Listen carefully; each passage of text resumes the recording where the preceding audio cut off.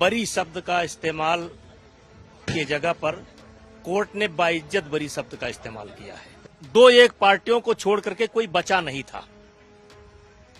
अब उनको अपने गिरेबान में झांकना चाहिए, क्योंकि उनके हिसाब से तो उसी दिन मुझे पकड़ करके फांसी दे देना चाहिए था। विपक्षी पार्टियों की यह हालत हो गई है कि इनके अंदर तो कोई मादा है नहीं कि कोई आंदोलन खड़ा कर दे।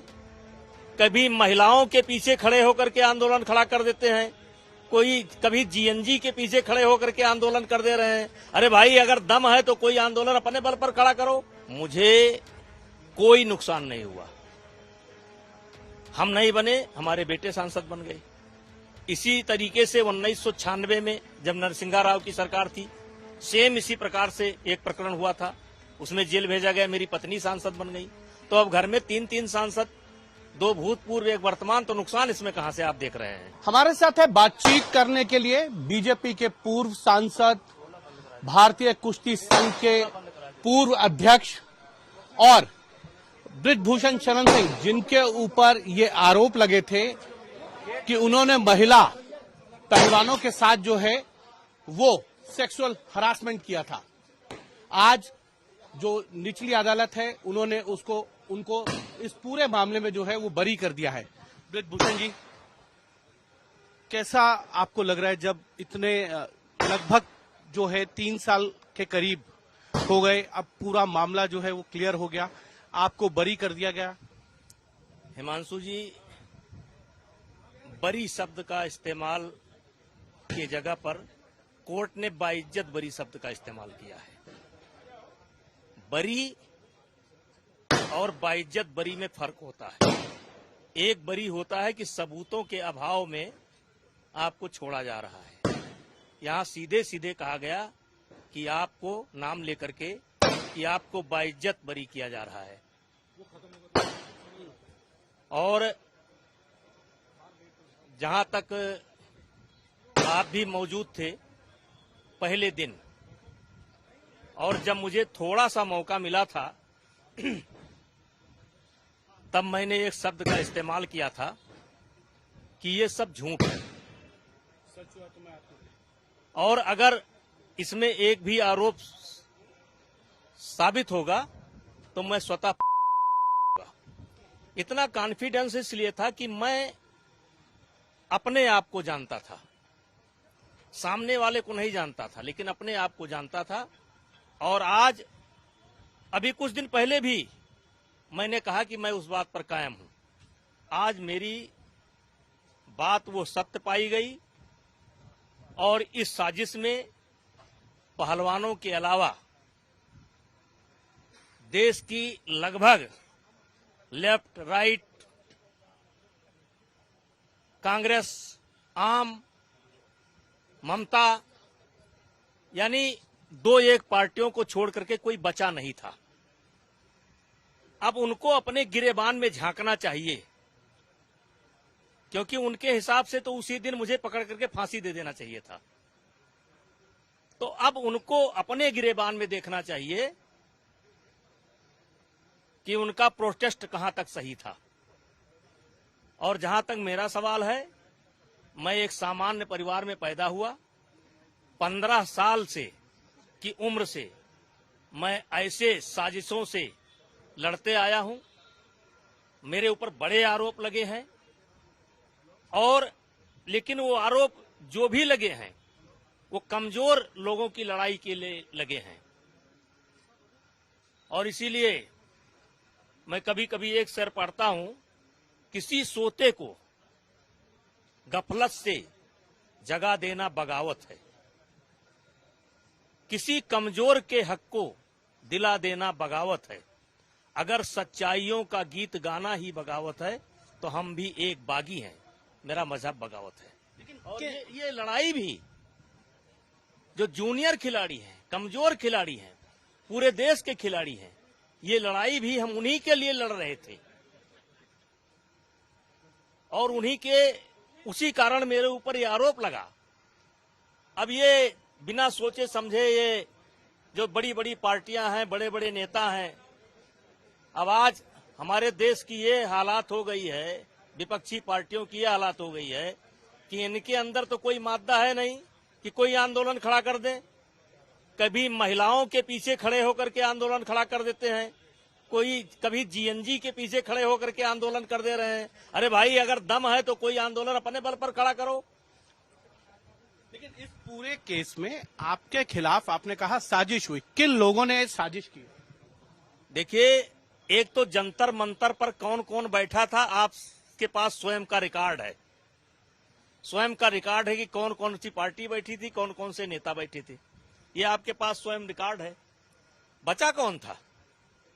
ये पहलवान, ये फेडरेशन के कुछ वो लोग जो बृजभूषण शरण सिंह को 12 साल बाद अध्यक्ष नहीं देखना चाहते थे। जनवरी में आरोप लग गए, अप्रैल में अध्यक्ष का चुनाव था। क्या ये उसलिए हुआ सारा? आपको लगता है कि ये सारी साजिशें कैसे एक साथ इतने सारे लोग आपके खिलाफ हो गए? ये जो कथित पहलवान है, ओलंपियन, वर्ल्ड चैंपियन, ये जूनियर बच्चों का हक मार रहे थे और उनका हक उन बच्चों को मिले, इसलिए हमने कुछ नियम बनाए थे, कुछ रूल बनाए थे। इसको लेकर के इनके अंदर नाराजगी थी। ये आए और इनके पीछे बहुत लोग थे। आपको पता है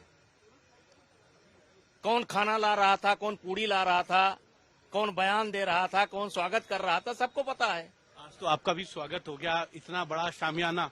ये पहले से आपको मालूम था कि आप इक्विटल होंगे? इतनी सेलिब्रेशन, इतनी आतिशबाजी। आतिशबाजी क्या होती है? गोंडा, जरा फोन करिए आप मेरे क्षेत्र में, जरा फोन करिए मेरे क्षेत्र में, जरा फोन करिए, तब पता लगेगा। एक चीज और, क्या इससे आपको राजनीतिक नुकसान हुआ है? नहीं, मेरा कोई नुकसान नहीं हुआ। मेरा कोई नुकसान नहीं हुआ। 2024 का लोकसभा चुनाव नहीं लड़ पाए, पार्टी ने आपको टिकट नहीं दिया, ये कहा कि आपके जो छोटे बेटे हैं करण भूषण शरण सिंह, वो चुनाव लड़ें। अगर आप चुनाव लड़ेंगे तो भारतीय जनता पार्टी को नुकसान हो जाएगा। नहीं, मुझे कोई नुकसान नहीं हुआ। हम नहीं बने, हमारे बेटे सांसद बन गए। इसी तरीके से 1996 में जब नरसिंहा राव की सरकार थी, सेम इसी प्रकार से एक प्रकरण हुआ था, उसमें जेल भेजा गया, मेरी पत्नी सांसद बन गई। तो अब घर में 3-3 सांसद, 2 भूतपूर्व, 1 वर्तमान, तो नुकसान इसमें कहां से आप देख रहे हैं? नहीं, मैंने कहा कि आपका राजनीतिक तौर। मेरा तो कोई नुकसान ही नहीं हुआ। मुझे 150 लोग जानते थे, आज पूरा देश जानता है, और पूरा देश जानता है। तो राजनीतिक, आप कह रहे हैं आपका राजनीतिक नुकसान नहीं हुआ? नहीं, मेरा कोई राजनीतिक नुकसान नहीं हुआ। देखिए, इस केस से 2 चीजें निकल करके आई कि एक तो वर्ल्ड चैंपियन भी झूठ बोलता है और ओलंपिक के मेडलिस्ट भी झूठ बोलते हैं। ये बड़ी चीज निकल करके आई कि वर्ल्ड चैंपियन भी झूठ बोलते हैं और ओलंपिक के मेडलिस्ट भी झूठ बोलते हैं। और चूंकि ये खिलाड़ियों का प्रकरण था, वर्ल्ड लेवल के खिलाड़ी इसमें शामिल थे, इसलिए पूरे वर्ल्ड में, पूरे विश्व में इसकी चर्चा हुई थी। सर, एक आपने लिस्ट बनाई थी, क्योंकि मैं लगातार आपके संपर्क में रहा हूं, मैंने इस पूरे उसको स्टडी भी किया।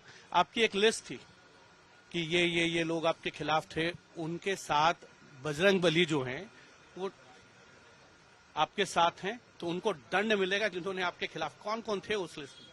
नहीं, वो तो नाम बताना संभव नहीं है, बताना उचित भी नहीं है, लेकिन 42 विनेश फोगाट नहीं, 42 बड़े लोग और पार्टियों सहित 42 बड़े लोग इस षड्यंत्र में शामिल थे और सबका नुकसान हो रहा है। अब देखिए ना, हुड्डा जी सरकार बना रहे थे, रथ तक बुक करा लिए थे, क्या हुआ उनका? आपका कहना है उसमें दीपेंद्र हुड्डा, भूपेंद्र हुड्डा, सब आप जानते हैं, सब शामिल। तो आज किसी का नाम लेने की जरूरत नहीं है, वो सब आप जानते हैं। लेकिन जो हमारे केस में था, उन सब का नुकसान हुआ है। मैंने आपका जब पिछली बार इंटरव्यू किया था, आपने कहा था कि मुझे बड़ी शर्म आती है जब मुझ पर ये आरोप लगाए गए। मैं जब अपने घर जाता हूं तो अपनी पुत्र वधू की तरफ नजर नहीं देख पाता कि इस तरीके के आरोप लगाए गए। देखिए, मैंने कभी अपने आप को अपराधी माना ही नहीं। 18 जनवरी 2023 से लेकर के आज के दिन तक मैंने अपने आप को कभी अपराधी नहीं माना।